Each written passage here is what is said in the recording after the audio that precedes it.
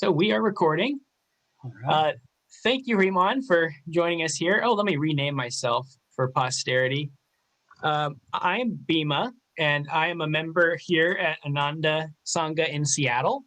And I'm joined today with Nayaswami Hriman, who is one of our spiritual directors here, along with Nayaswami Padma, who we just interviewed.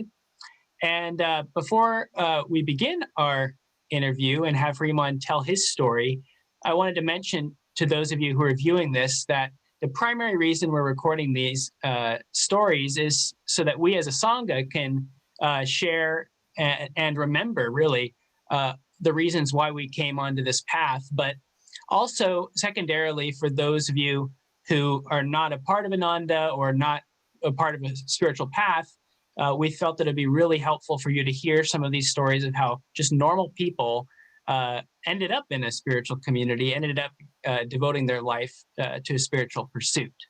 So thank you for joining us, everyone in the future here. Thank you, Nayaswami Hriman. Great to be here.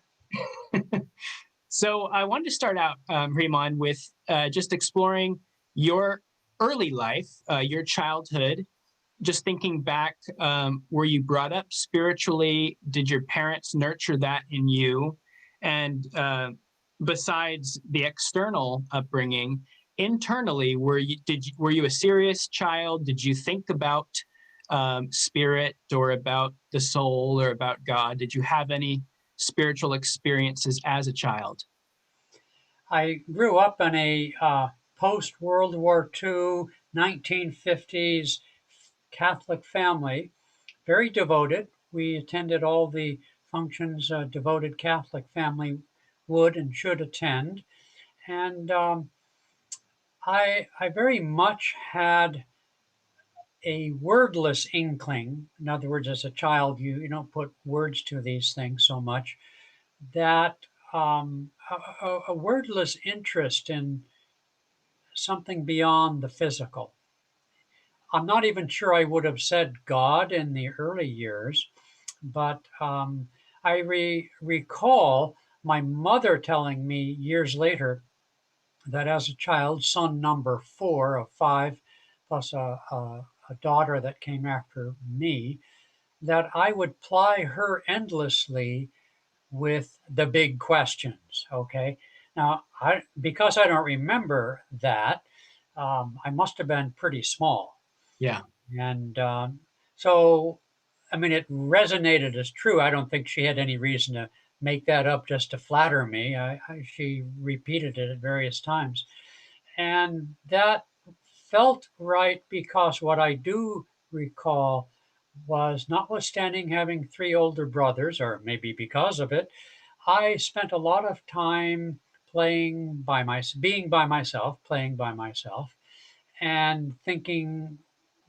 I don't know. I wouldn't have used the term deeply, of course, as a child, but think pondering things. Okay, Mm-hmm. and then as I got a little bit older into grammar school, a junior high kind of age, for reasons unknown. I mean, I don't know what brought it up, but my father, who was a part of a Catholic men's group, would drag me along. I say that with tongue in cheek, but would invite me to give talks before his group.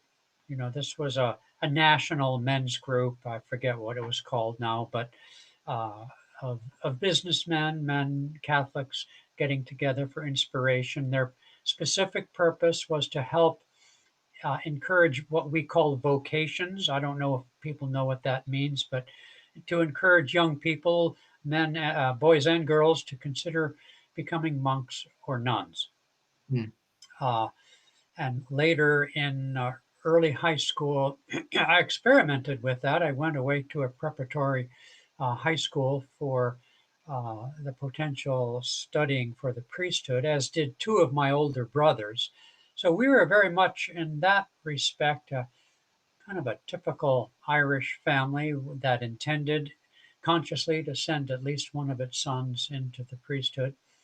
I had several Irish priests as part of my parish, had a very typical upbringing. But what I didn't have was really any of the trauma that is sometimes joked about or not so joked about in my relationship with Catholic officialdom. Mm-hmm. I was so used to hanging around the priests and the nuns that I was very comfortable in that atmosphere. I never was encountered anything that they shouldn't have done in any case, other than slap me around when I was acting out a bit. But I figured I deserved that. It didn't strike me as anything. In my generation, it wasn't unusual to get a spanking as a child. Mm-hmm. I'm not going to talk about that, but uh, because your question has to do with the spiritual yeast of my Mm-hmm. childhood, and it was very much there. I told the story just a few days ago of an experience I had as a altar boy, a very uplifting, powerful spiritual experience one morning, being an altar boy for Father O'Sullivan, um, and it was very meaningful to me. It has been for many years, except that I didn't know how to express it. I didn't know what to do with it. I didn't know what it meant. I didn't know that that was I mean, it wasn't a bad thing, obviously, but I didn't know. The Catholic teaching, at least at the time, was these things, which they call consolations, graces, are simply not to be sought, and they come and go, and don't tell anybody about them. Mm-hmm. I didn't. So yes, What was the experience? I was kneeling there at the altar behind the priest as he was doing his thing, and the sun rose. This was in a monastery of cloistered nuns, nuns who never go out, or they only pray and so on. The sun came up through the stained glass window. This was in Monterey, California, on the seaside where I grew up. Sun came up, and the intensity of that golden sunshine coming through that stained glass window, which was the risen Christ. I don't know why I'm laughing. It You're seems so good. obvious to me Yeah. now, but I was just uplifted into a state where, you know, at one point I heard the priest sort of turn and cough, meaning, hey, wake up, kid. And I was supposed to ring a bell or something. So I came out of it with that. Oh gosh. Oh, the church. Yeah, Hey, hey, kid, you forgot your bells. yeah. Oh boy. So I had a number of experiences, not that dramatic, but as an altar boy, they were genuine experiences of sacredness. Yeah. And at the same time, and I think it was valuable, some of the priests were very down to earth people, um, which impressed me as making spirituality something uh, every day. Mm-hmm. And they didn't wear it on their sleeves, but they were very approachable, Mm-hmm. you know. And the nuns were less so, they're all in their habits and they're kind of strict and stuff. But the priests that I met were very good people, practical people, and obviously, dedicated to their vocation. So that made spirituality real for me. But and so there were always touches of the sacred, but nobody really talked about that. The other thing I'll share with you, and then we can move on, is that as a young catechist or young boy studying the catechism, as they called it, when they defined the word Catholic as meaning universal, Mm-hmm. I practically had a transcendent experience. I mean, it was so thrilling to me. Of course, later I found out what they meant by universal, but deep in my own DNA, spiritual DNA, was the longing for something universal, Mm-hmm. and Right. was very that was very meaningful to me even at that time. These would be smritis in a sense, wouldn't they? Yes, very. I couldn't have said that, of course, at the time. I wouldn't have a clue to any of that, Yeah. but yeah, I look back, absolutely. memories of spirituality or of a spiritual life. Yes. And I guess I'll say one last thing about that, which is unlike all too many people, I never had to recover from my Catholicism. I just simply grew out of it. Hmm. I studied for the priesthood in high school, preparatory thing. Um, it was at the onset of the 60s, and we were in California. And anyway, a new wave of consciousness was coming across. And the contrast between it and the freedom it represented and the tradition of the priesthood and Catholicism that I was embedded in, um, I just knew I was going somewhere else. There was no recrimination, no guilt, um, no remorse. I just moved on. Hmm. So the study for the priesthood was in your high school years then only. Yes. So what you mentioned, or you alluded to the '60s starting to happen. Um, as some people don't know that the '60s really didn't start until what, 65, 66, something like that. Yeah. Yeah. Yeah. I have to think to myself. I guess I graduated from college in 72, so high school in 68, grammar school in, yeah, that would be right, 65, 66. Yeah. Huh. Yeah. So what was it that drew you away from becoming a priest? What was that new wave you were talking about? Did you get wrapped up in the whole '60s counterculture thing? I did, but I never identified with it, and wasn't until towards the end of high school that you know, I inhaled. Yeah. But I was there at the Monterey Pop Festival. It was my hometown. It was right down the street. Right. Saw Jimi Hendrix, Ravi Shankar, Jefferson Airplane. I could go on, and through the haze of smoke. Um, but you know, I Padma and I were comparing notes. My high school prep school for the priesthood was on what's called Steamer's Lane on West Cliff Drive in Santa Cruz. That's where all the surfers go. And the surfing scene was across the street from where I played the big giant pipe organ. I was a organist and so forth. And on weekends with the surfers and the so-called surfer girls, the whole surfing scene was right there, and they'd all come in and use the bathrooms in our church and stuff. The contrast between the that joyful optimism and freedom and everything it represented was sort of pretty stark Sure.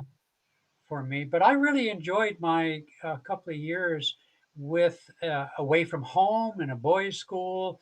Uh, did a lot of scholastic study. I was very serious in my studies and wasn't running away from my parents. I had a perfectly fine family, but it was very meaningful time. It's just that when I left there and dived into the high school culture of the times, let's just say that I, like many people, parked my spirituality for a time. Hmm. Sure. So it wasn't until just a few years later in college when Eastern religion, now I was in the Bay Area, Santa Clara University, Eastern religion, what was that British famous speaker and author, Watt? Huxley, or Uh, oh, no, no, not Huxley. Anyway, these famous speakers and all this rock music, it all came through there. Alan Watts. Alan Watts, that's the fellow. Yeah. So this sparked in me a complete revolution. Yeah. And studying Indian Buddhism, studying Hinduism, studying the whole nine yards. So that was all in college at Santa Clara. You took some Eastern philosophy classes then. Yes, Okay. with the Jesuit priests. Ha ha ha ha. But it I was swept away. I began meditating in the garage of my little rental house. Um, yeah, I was gone hook, line, and sinker. There weren't any books on the whole thing that I knew about. I just closed my eyes and sat up straight. I don't know Hmm. what I did, but I So tried. Was there some text that you had an affinity with, that you can recall in college? Uh, Bhagavad Gita, Dhammapada, Tao Te Ching, anything like that kind of seminal for you? At that point, it was all secondhand. Alan Watts's books, Okay. his talks, the textbooks that we studied, which, I look back and they didn't know anything from anything, but, it was enough. And of course, they Yeah. always would have quotes from the Bhagavad Gita and so forth. But I didn't study source material for a few more years. So did you have, was there a pivotal moment? So I mean, many people in their spiritual life, there was an awakening moment. Padma had her awakening moment in college. Did you have something like that that set you inexorably onto a spiritual path or onto a quest? I can't think of a moment when that was, but in that period of time of college, sophomore, junior, somewhere in there, when I started studying these things, I Mhm. was very intent. I began meditating, as I said. And so I can't think of a moment that happened. It was almost like in my leaving of Catholicism, it was so natural. Or even when Padma laughs about the fact that I never proposed to her, it was so obvious. And going to Ananda village, not, a few years later, was so obvious on every step of my spiritual path. I never had to question. I read Autobiography of a Yogi a few years later. I had been in India for a year. That certainly helped. But, it's funny, my path was never one of tortuous questioning. Right. I wouldn't dare compare to Swami reading autobiography and getting on a bus or anything, but it was as close as I was ever going to get to that. There was never any hesitation, Sure. ever. Can you tell us a little bit about any highlights about being in India? What you gained from that year? Yeah. Um, it was a spiritual quest for sure. But when I look back, I realized that the culmination of the quest revealed what the quest was about. So I'm going to start at the back end of that trip and work backwards. On the airplane coming back, um, that's sort of a long story, but somewhere over Tehran, on the way to London and Seattle and San Francisco, that's how the routes went back then. Um, in a darkened airplane with almost nobody on the airplane stretched out, I realized that I hadn't found, and these are my words now, but it was more intuitive. I hadn't found the spiritual experience or awakening or whatever you want to call it. I didn't call it anything. I didn't find what I was looking for in a whole year in India. And I realized that I had to break down my own defenses, which looking back uh, were obvious unwillingness to maybe have a guru.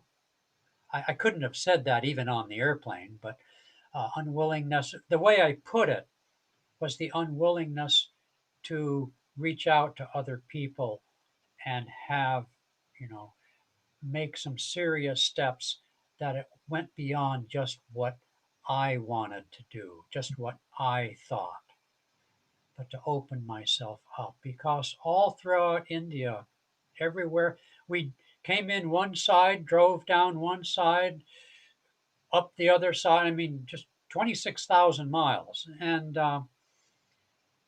yet there was always, I look back, a kind of resistance, a fear really, to having a deeper spiritual commitment from which I could not turn back. I was in control, young person, scholarly, whatever, however you want to put that, intellectual. I laugh. I hardly thought of myself as intellectual, but whatever, using the mind.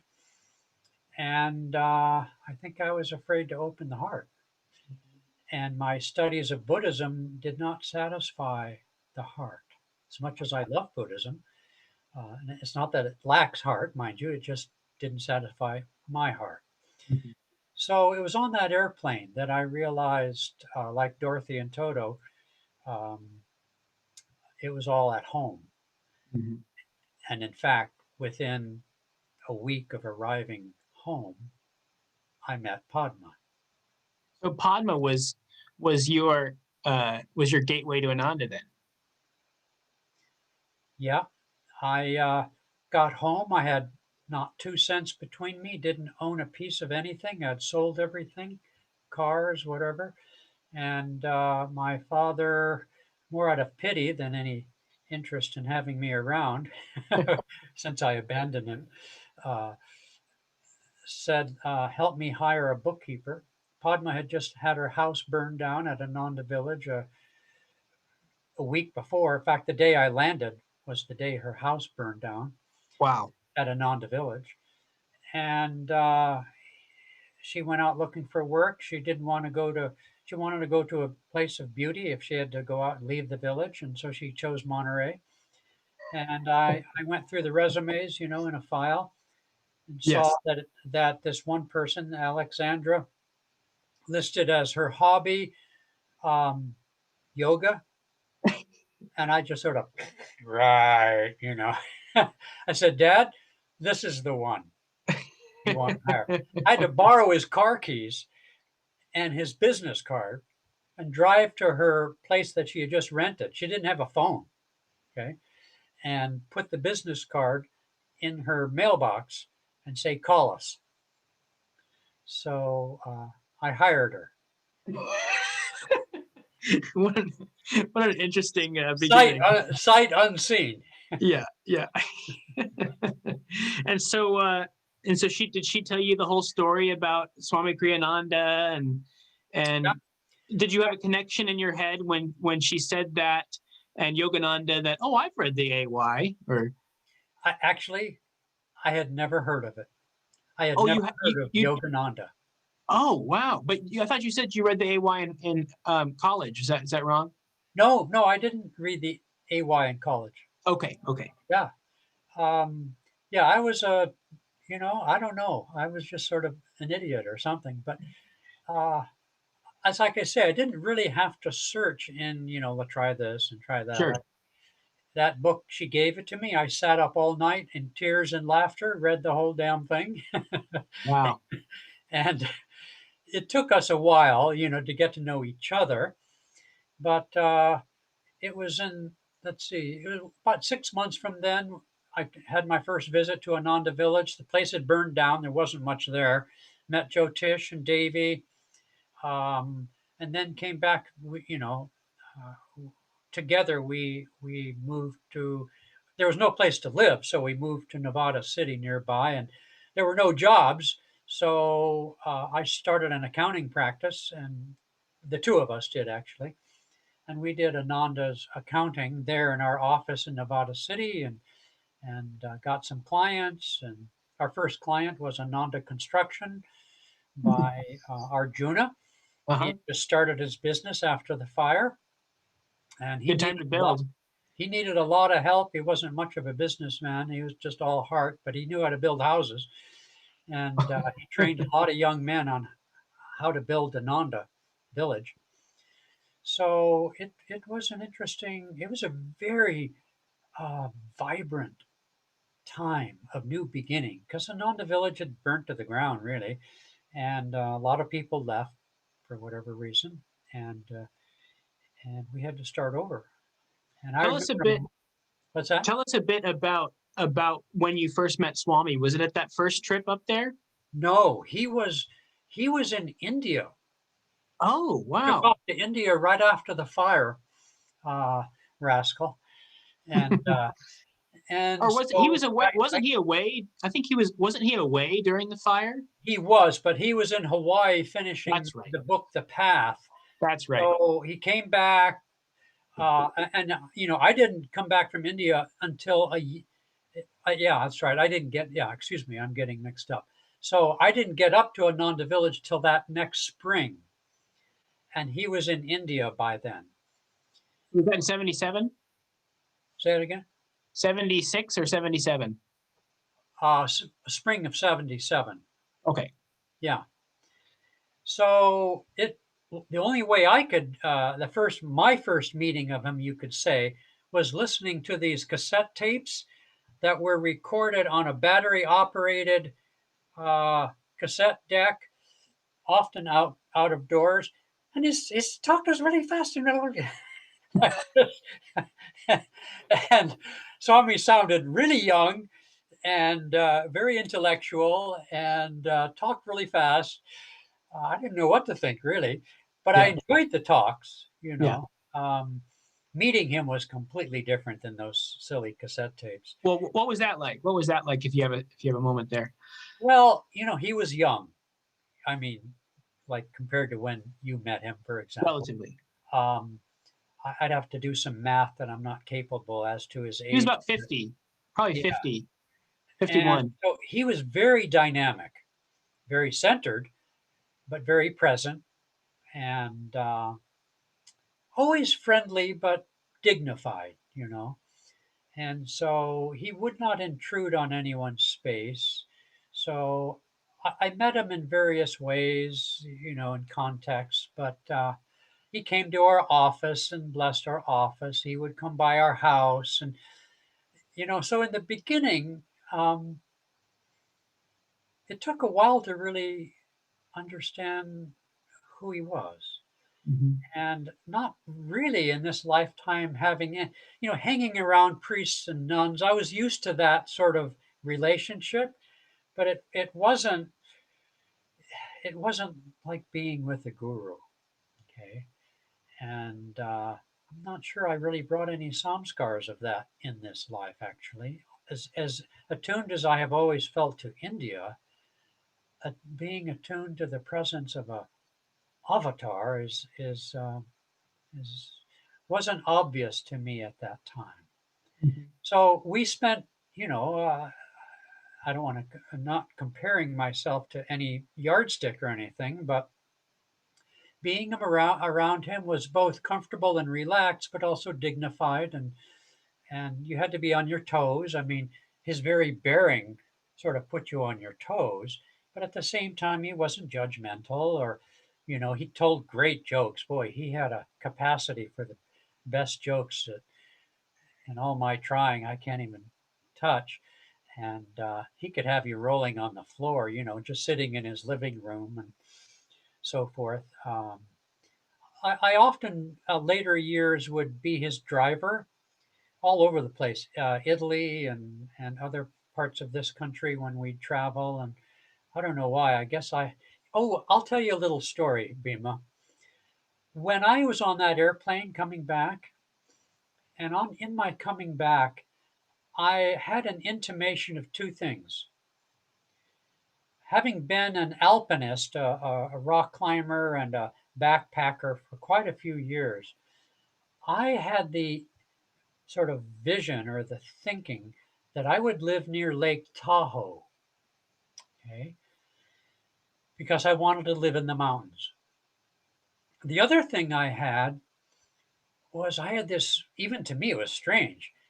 I wanted to be somebody who helped or was in service to a really old-fashioned image, not a butler, but in service to a great man. Can you imagine that? That What an was interesting thought. that was the image that I had. I didn't know what to do with Lake Tahoe. I knew plenty about, but the idea that I would serve a great man could only, in my current experience at that time, was thinking of someone maybe in business or something because I had been a CPA and all that stuff. So I didn't know what to do with that, but that was the knowing that I Mhm. had. And so my relationship with Swami in those really vibrant years of rebuilding Ananda, I remember marching up and down Broad Street in Nevada City with him and Seva and Padma and looking for businesses to buy. And we tried to negotiate to buy a health food store. And then we tried to negotiate to buy an ice cream shop. And I mean, negotiate to buy a little church and all this stuff. Um, it was a different Swami than people saw in the last years. Mhm. playing Pong in his basement on the Apple II Plus computer that he had. He had the first computer. He always had the first of everything. And playing in the pool with him, throwing the ball and trying to knock each other over, and you know, arm wrestling, and it was just a different experience. Yeah. Uh, and so, and yet his wisdom, I just ate up like a sponge. I would sit in the back of the room when he'd give a 2-hour lecture, which is all he ever gave, and I would sort of put on. I don't know what it was. I couldn't have said it. I didn't know what I was doing at the time, but I was just absorbing it. You know, um, it Was was it a it was Hriman, was that a similar experience being in the back of that lecture room with him to being an altar boy kneeling in front of the sun coming down? yeah, yeah. Yeah, yes, yeah. I mean, it wasn't sacred in the sense of the mass and the sacramental parts, No, no, of but course. it was sacred in the sense of the absorption and the quietness of the mind. Um, Ananta McSweeney, being a good old Irish lad like myself, we'd sit in the back. You're always more comfortable in the back. Yeah, yeah. And so we'd sit in the back together because we didn't want to be seen or nothing. And so we'd sort of place bets on when Swami would get back to the original topic because he Yeah. could start off there with a subject, and today's subject is, and then he'd start along that lines, and pretty soon he'd be drifting way, way out there, and we'd wonder if he'd ever make it back home. He always did. I Yeah. mean, it was, it was really a kind of sacramental experience. Amazing. Was just so good at it, but I was just sort of eating it up, and I know Ananta was too. Um, Later on, many years later, as I started to teach more, things would come out of my mouth. I don't know where they came from. Padma, being who she was, kind of an editor by nature, would say, "Where did you get that?" And I had no idea where I got it. And but eventually, I'd maybe find it listening to a talk of his later, or in some of the 150 books he wrote, or something. And then Yeah. see, there it is. So Hmm.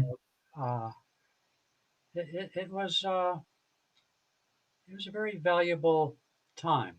Hmm. So What a blessing. he gave a lot of lessons, but my innate resistance ran pretty deep that I've already talked about, and so he usually gave me lessons by telling Padma, and then she'd tell me. Uh, Having a little buffer there. yeah, I think I needed a bumper. I mean, one time he came over the house and had to sit me down, and anyway, we had various things. And one time he said, "I let's go to town together." And at that time, he was still driving his car. He drove like a race car driver. I'll tell you, hang on to your seat going to Nevada City from the Ananda village on the curvy mountain roads. But anyway, he had some things he wanted to talk about. Um, so I got my lessons for sure.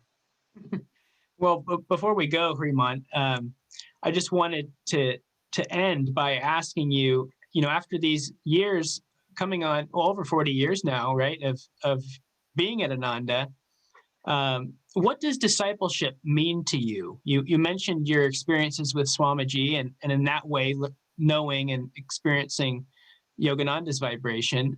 What does it mean after all these years? What's kept you here at Ananda, and what do you say that you've gained from living in spiritual community? Well, for me, despite whatever ups and downs I might have had in various ways, I have been blessed, as I said before, that, and I hesitate to compare. I don't want to compare myself to Swami, but I've never questioned this as my path. That was never up for discussion. Many other things might be, but not that. So discipleship for me has pretty much revolved around openness and willingness um, to change, to be disciplined. In other words, the disciplinedness of discipleship, the discipline of disciple, has been probably the maypole around the dance of my discipleship has taken. Um, most of that being inner discipline, but Swami gave me a share of some of that too, and some hints about things. He gave me. Let's just say that that compliments were not his way, at least not with me. So discipleship for me has meant having the self honesty and the courage to um, to change and to listen. I attribute my hearing loss to my innate, inborn, inbred unwillingness to listen. Hmm. And if discipleship is anything, it's listen. Uh, so that's what discipleship to me has meant. And probably its most powerful element to end this part would be the example of Swami. His, his courage knew no bounds. His self honesty was ruthless. His willingness and loyalty to the path, to his guru, his self referencing to master and the lineage was constant. And that takes a lot of, I mean, he was creative, right? He could have gone in a million different directions, as a spiritual teacher, as an artist, even. Um, he never once wavered. And I've taken my discipleship from his example. That's really the story. Mhm. Yeah. Thank you, Hriman. Okay. Thank you. Appreciate you sharing this with Okay. us, and we got it captured now. So Okay. that Got was me in part that of black box. yeah, that was part of the impetus. Is we've heard these stories before in satsangs with one another, but a couple of years go by and they get the details get fuzzy, um, and who knows how many satsangs we all have together. I mean, people come and go in these communities. So anyway, thank you for taking this time to share with us, and I'm sure many, many, many people will enjoy it. Okay. Well, thank you for doing this project. It Yeah. seems very valuable. Okay. Okay, Jai. Jai.